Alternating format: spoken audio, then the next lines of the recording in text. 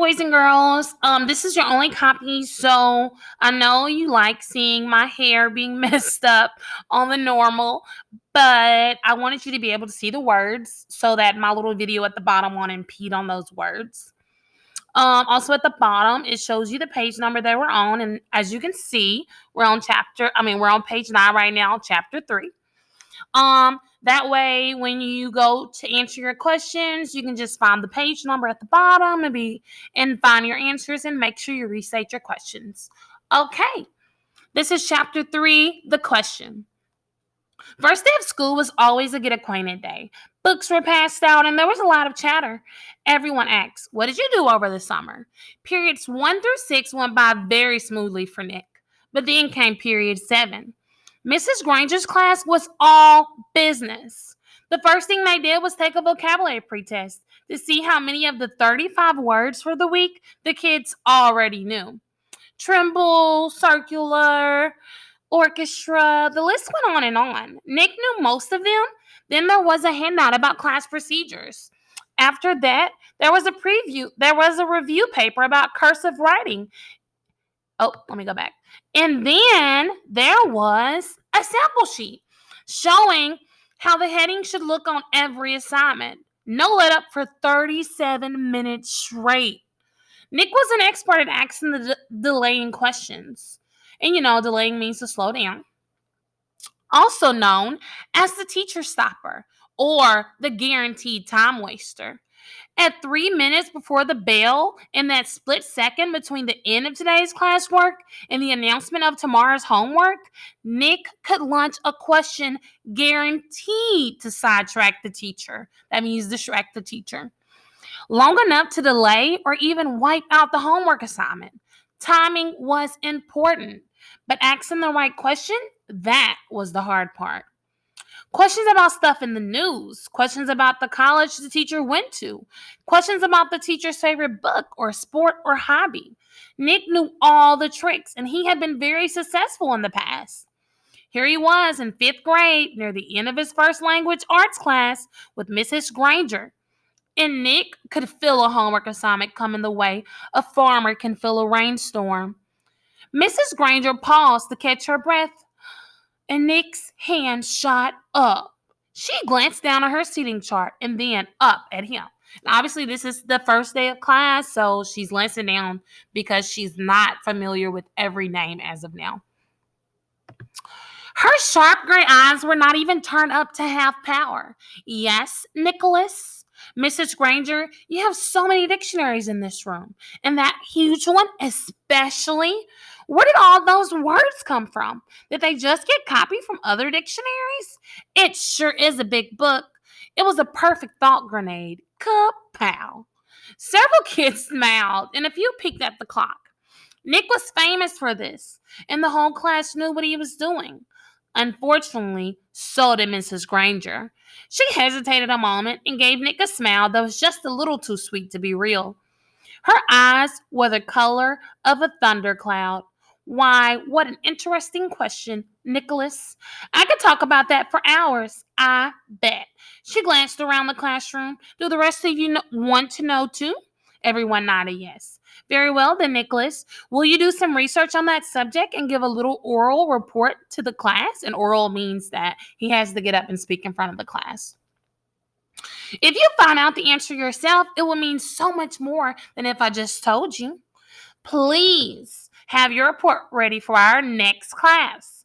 Mrs. Granger smiled at him again, very sweetly. Then it was back to business.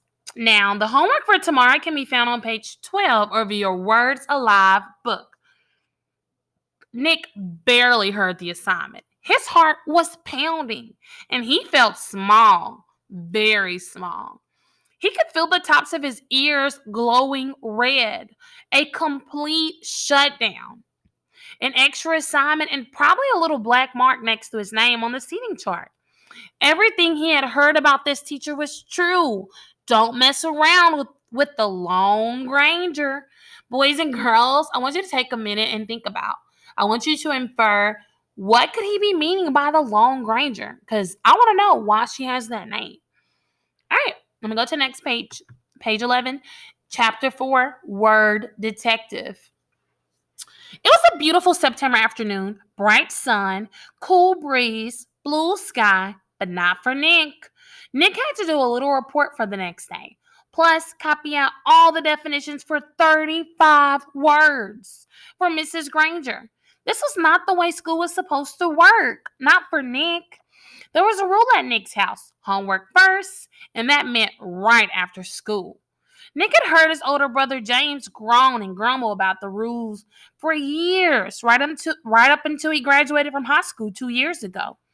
And then James wrote home from college after his first semester and said, "My grades are looking great because when I came here, I already knew how to put things first."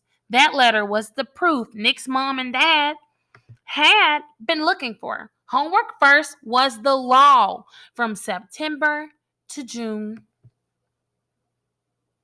Look at him looking all sad.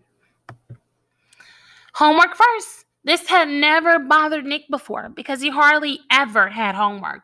Oh, sure, he looked over his spelling words on Thursday nights, and there had been a few short book reports in fourth grade, but other than that, nothing. Up to now, schoolwork never spilled over into his free time. Thanks to Mrs. Granger, those days were gone. First, he looked up the definitions in the brand new red dictionary that his mom had bought because Mrs. Granger told her to. It took almost an hour. He could hear a baseball game in John's yard down the street, yelling and shouting, and every few minutes, the sharp crack of a bat connecting with the pitch. But he had a report to do for Mrs. Granger. Nick looked at the very front of the dictionary. There was an introduction to the book called Words and Their Origins. Perfect, Nick thought. It was just what he needed to do his report. It would all be over in a few minutes. Nick could already feel the sun and the breeze on his face as he ran outside to play. Homework all done. Then he wrote the first sentence from the introduction. Without question, this modern American dictionary is one of the most surprisingly complex and profound documents ever to be created, for it embodies unparalleled etymological detail, reflecting not only superb lexicographic scholarship, but also the dreams and speech and imaginative talents of millions of people over thousands of years. For every person who has ever spoken or written in English has had a hand in making. What? Nick scratched his head and read it again, and then again. Not much better. It was sort of like trying to read the ingredients on a shampoo bottle. He slammed the dictionary shut and walked downstairs. Nick's family did a lot of reading, so bookshelves covered 3 of the 4 walls in the family room. There were 2 sets of encyclopedias. The black set was for grown-ups, and the red set was for kids. Nick pulled out the D volume from the red set and looked up dictionary. There were 3 full pages with headings like early dictionaries, word detectives, and dictionaries today. Not very exciting, but he had to do it. So Nick just plopped down on the couch and read all of it. And when he was finished with the kids' book, he opened up the black encyclopedia and read most of what it said about dictionaries, too. He understood only about half of what he read. He leaned back on the couch and covered his eyes with his arm, trying to imagine himself giving a report on all this boring stuff. He'd be lucky to have 3 minutes worth. But because Nick was Nick, he suddenly had an idea, and it brought a grin to his face. Nick decided that giving this report could actually be fun. He could make it into something special. After all, Mrs. Granger had asked for it. All right, boys and girls, so at the end of here, I just want you to infer what Nick is going to do to make his reports extra special for Mrs. Granger. And is it going to get him in trouble, or is it going to be something good that'll get him a good grade? All right, boys and girls, I love you so much. I talk to you tomorrow. All right, my kiddos. Make sure you do your pronouns. Kahoot. First and last name, of course. And make sure you watch the video of pronouns to have a review. Because, we went over it throughout the year, but it's just a refresher to remind you. as well as look at the anchor chart before you take the Kahoot quiz. All right, that's all. I love you so much, kiddos. I miss you so much. Bye.